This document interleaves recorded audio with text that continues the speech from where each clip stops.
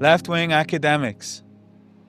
Left-wing academics don't need the gym. They build their strength by pulling the ladder up on poor people, the same people who will never be invited to their think tank about wealth redistribution. So they speak up and talk down from their podium-shaped soapbox to an audience of people who already agree with them.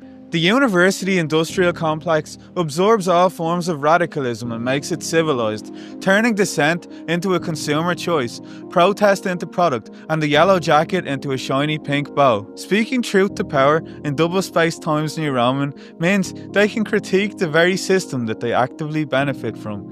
Doing the work consists of publishing a paper behind a paywall that no one outside their university can read, using language no one outside their university can understand, about people who will never set foot inside one. Congratulations, your oppression now has inclusion criteria.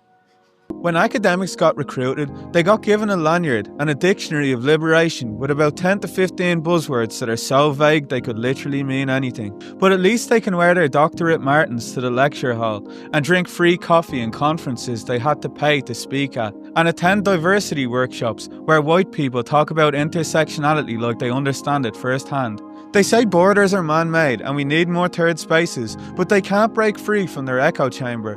And with no plan to reach people who aren't already in the fold, their defense strategy is to look down their nose at idiots who don't have a college degree so they must be stupid, because moral superiority is the back door for class hatred, a smug satisfaction in not having an answer for the people you're meant to be helping. So for academics, the revolution will be sterilised and peer-reviewed in obscure journal articles that you don't have access to. The rise of the far right is largely unexamined in left-wing academia. They think it's beneath their pay grade and beyond analysis. But when marginalised communities are told they should care about politics, but all they get is morality without material solutions, you create the very conditions for fascism to flourish. The academic left stopped knocking on doors and handing out flyers, retreating from the street to find their seat in a seminar. While the right were fear-mongering and turning scared people against foreigners, the academy were workshopping titles for a conference about ontologies of revolution. Why is there a baby there? Dear academics, this isn't a question, it's more of a comment. When you try to build a fairer society but just use language that excludes people, you silently reproduce the power structures you claim to stand against.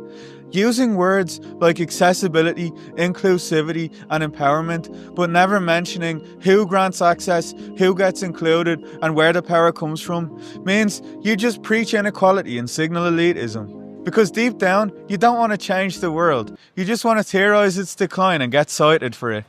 Can you hold this? Cited.